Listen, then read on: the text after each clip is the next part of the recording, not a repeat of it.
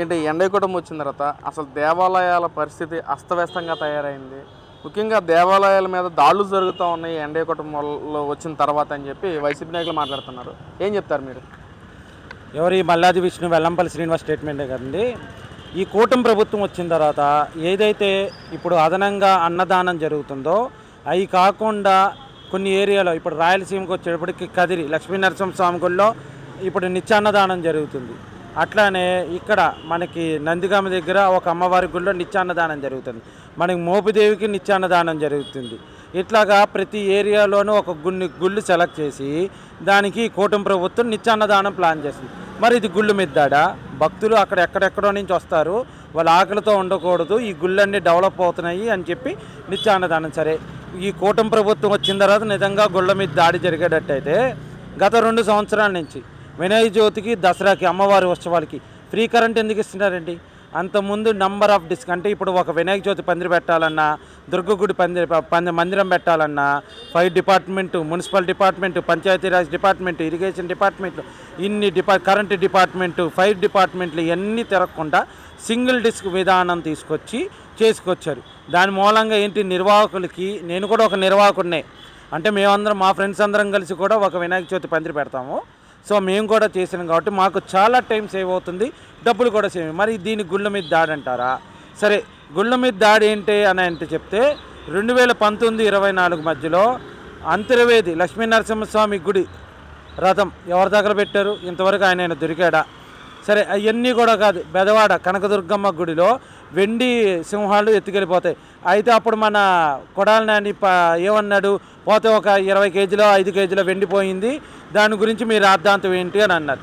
సరే, మరి గుళ్ళ మీద చేసినప్పుడు తిరుమలలో ఒక చుక్క పాలు సేకరణ చేయకుండా నెయ్యి తయారు చేసి ఆ నెయ్యి ద్వారా లడ్డూలు తయారు చేసి భక్తుల మనోభావాలతో దెబ్బతిన్నారు. అది ఇక్కడ తాకుండా మన భద్రాచలం మన ఏదైతే రాముడు వారి అయోధ్యలో లడ్డూలు కూడా పంపించారు తిరుమల తిరుపతి దేవస్థానం నుంచి అక్కడికి వచ్చిన వాళ్ళందరికీ.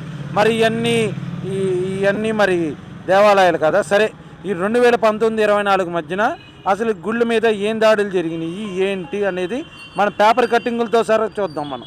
ఒక్క నిమిషం.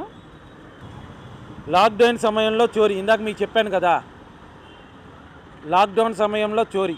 ఏం చోరీ చేశారండి? దుర్గగుడిలో వెండి సింహాలు మాయంపై కీలక ఆధారాలు, ఉత్తరాంధ్ర రాష్ట్రాల నుంచి వచ్చిన కూలీలపైనే దృష్టి అని చేతులు దులుపు, ఉత్తరాంధ్ర నుంచి వచ్చిన వాళ్ళ మీద వాటి మీద అని చెప్పి చేతులు దులుపు. దాని గురించి ఎంతవరకు అయ్యిందా?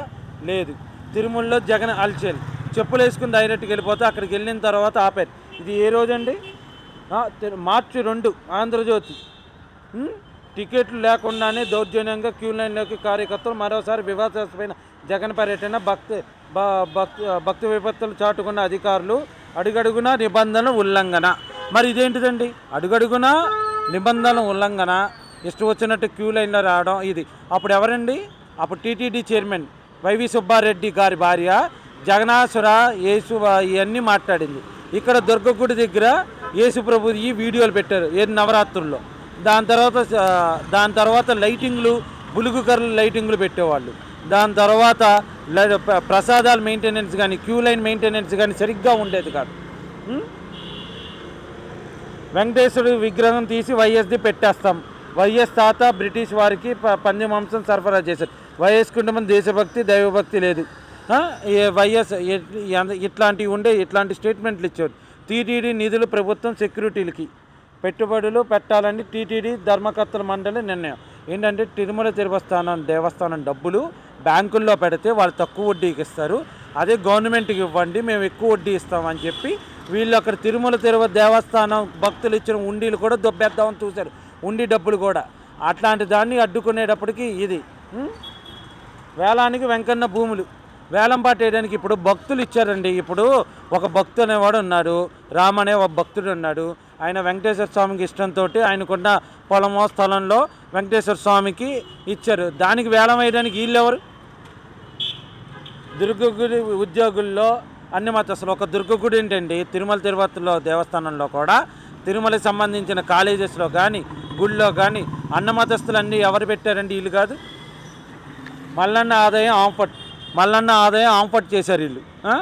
దేవుడే దిక్కు, అనుమతిస్తులు కాదు, నిస్సాయంతో కారణమే. నేడు చలో రామతీర్థంలో ఎవరయ్యాంలో రామతీర్థంలో రాముడి వారి విగ్రహానికి దాడి జరిగింది. ఇంతవరకు ఆ 2019-24 మధ్యన పట్టుకున్నారా? లేదు.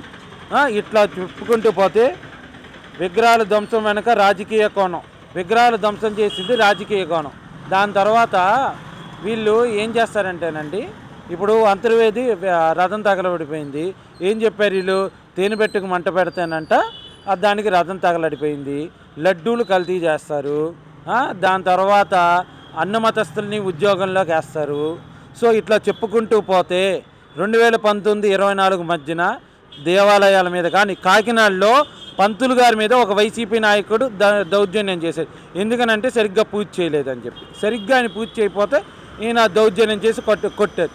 ఇంకోటి రాష్ట్రం మొత్తం మీద చూసుకుంటే ఏదో ఒక రోజు ఏదో ఒక చోట గుడ్ల మీద దాడి చేయడం, ఉండి డబ్బులు పగలగొట్టడం, ఉండీలు ఎత్తుకెళ్ళిపోవడం ఇవన్నీ జరిగింది. సో 2019-24 మధ్యలోనే ఈ దేవాలయాలపై దాడులు ఎక్కువైనాయి. ఈ కూటమి ప్రభుత్వం వచ్చిన తర్వాత మన శివలింగం మీద ఏదో ఊర్లో దాడి జరిగితే సీసీ కెమెరాలు పట్టుకుని వెమ్మటి అరెస్ట్ చేశారు. సో ఇట్లాంటిది వాళ్ళు చేసేసి వాళ్ళ అయ్యాములో జరిగిన దానికి ఇప్పుడు దుర్గగుడి ఫ్లైఓవర్ ఉంది. దుర్గగుడి ఫ్లైఓవర్లో వేసేటప్పుడు ఎన్నో గుళ్ళు కూల్చేశారన్నారు. ఎన్ని గుళ్ళు కూల్చారు అనేదంటే వాళ్ళు ఏం చేశారు? ఆ గుడిని తీసుకెళ్ళి శుభ్రంగా ఒక చోట పెట్టి అన్నీ చేశారు. సో వీళ్ళు ఇట్లా ఉండిద్ది ఎవ్వరో. వాళ్ళు కావాల్సిన దానికి ఎట్లా తిప్పాలంటే అట్లా తిప్పుకుంటారు వీళ్ళు. గుళ్ళ మీద దాడి 2019-24 ప్రభుత్వంలో వైసీపీ ప్రభుత్వంలోనే దాడులు ఎక్కువ జరిగినాయి. మరి ఈ రోజున తిరుమల తిరుపతి దేవస్థానం కూడా చంద్రబాబు తన రాజకీయ ప్రబలం కోసం వాడుకుంటున్నాడు. అక్కడ అసలు సెక్యూరిటీ సరిగ్గా లేదు. మందు బాటిల్ అసలు పైన ఎలా దొరుకుతాయి, బీర్ బాటిల్ కూడా దొరికినాయి మొన్న రీసెంట్గా చూసుకుని చెప్పి వైసీపీ వాళ్ళు మాట్లాడుతున్నారు. ఏం చెప్తారు మరి దాని గురించి? అన్నా అది సాక్షి రిపోర్టరు, దాని తర్వాత అక్కడున్న స్థానిక వైసీపీ మాజీ ఎమ్మెల్యే అనిచడ్డు వాళ్ళ కొడుకుతో పాటు తిరిగిన వాళ్ళే తీసుకొచ్చి వాళ్ళే పట్టుకున్నారు. ఇదంతా సీసీ కెమెరా ఫుటేజీల ద్వారా మొత్తం పట్టుకుని దీని వెనకాల ఉంది వైసీపీ ప్రభుత్వమే, వైసీపీ వాళ్ళే. ఇంకెందుకన్నా మన కింద ఆయన పేరేంటి భూమా కరుణాకర్ రెడ్డి ఏం చెప్పాడు? ఇక్కడ వెంకటేశ్వర స్వామి విగ్రహాన్ని ఇక్కడ ఏదో వదిలేశారని చెప్పాడు.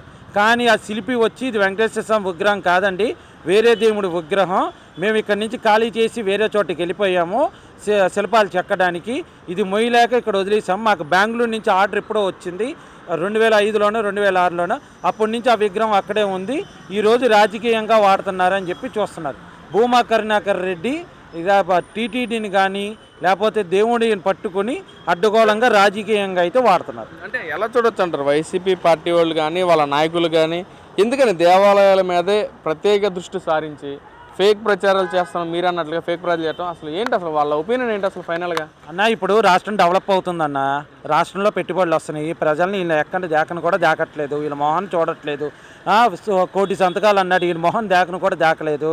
వీళ్ళైనా నిరసన సభ అంటే వైసీపీ కార్యకర్తలు కూడా రావట్లేదు. ఎందుకంటే వాళ్ళకి అన్ని పథకాలు వస్తున్నాయి, మనకి ఎందుకురా బాబు పథకాలన్నీ వస్తున్నాయి, చక్కగా అన్ని తగ్గుతున్నాయి, నిత్యావసర సరుకులు, కరెంటు బిల్లులు, బస్సులు ఫ్రీగా వస్తున్నామని చెప్పి ఎందుకు ఈ గవర్నమెంట్ మీద అవాకులు చవాకులు మాట్లాడడం? ఆ ఫోటోలు ఆయన బయట కనపడితే మన చుట్టాలు మన ఇంటి పక్కన వాళ్ళందరూ నవ్వుతారని చెప్పి వైసీపీ కార్యకర్తలు కూడా రావట్లేదు. సో దీనికి ఏంటి ఇప్పుడు ఏంటనంటే గుళ్ళు మీద దాడి అని చెప్పి ఈ నాటకాలు ఇవన్నీ వేస్తే ప్రజలేని నమ్ముతారేమో అనుకున్నారు, కానీ ఈయన్ని నమ్మరు. ఎందుకంటే చెప్పన ప్రసాదం వేస్తే పొట్లం కట్టుకుని పక్కన పెట్టుకునే బ్యాచ్ వీళ్ళది. గుడికి సింగిల్గా వెళ్తారు, భార్య భర్తలు ఇద్దరు వెళ్తారు. 2019-24లో దుర్గ గుడికి కానీ వెంకటేశ్వర స్వామి తిరుమల తిరుపతి దేవస్థానానికి కానీ ఇంకా ఏ గుడికి వెళ్ళినా బ్రహ్మోత్సవాలకు వెళ్ళినా సరే ఈయన ఒక్కడే వెళ్ళేవాడు, జగన్మోహన్ రెడ్డి ఒక్కడే వెళ్ళేవాడు. ఏదైతే పుణ్య కార్యక్రమాలు కాకుండా అశుభాలకు వేసుకుంటారో కండవా అట్లా వేసుకుని ఈయనొక్కడే భార్య లేకుండా భర్త ఒక్కడే వెళ్తాడు. కానీ గవర్నర్ కలవాలంటే మళ్ళీ భార్య భర్తలు ఇద్దరు వెళ్ళేవాళ్ళు. సో ఇవన్నీ కూడా ఏంటంటే ప్రజల్ని ఏమార్చడానికి, ప్రజలు డైవర్ట్ చేయడానికి, ప్రజల్ని తప్పించుకోవడానికి కోసమే ఇట్లా చేశారు. కానీ ప్రజలు నమ్మరు. ఎందుకంటే 2019-24 మధ్యన దేవాలయాలపై దాడులు ఎన్ని జరిగినాయో తెలుసు, గుళ్ళో విగ్రహాలపై దాడులు ఎన్ని జరిగినాయో తెలుసు, ఉండీలు ఎవరు పగల కొట్టుకెళ్ళారో వాళ్ళకి తెలుసు, సీసీ ఫుటేజీలు సరిగ్గా మెయింటైన్ చేయండి ఎవరో వాళ్ళకి తెలుసు. కాబట్టి వీళ్ళని నమ్మను కూడా నమ్మరు.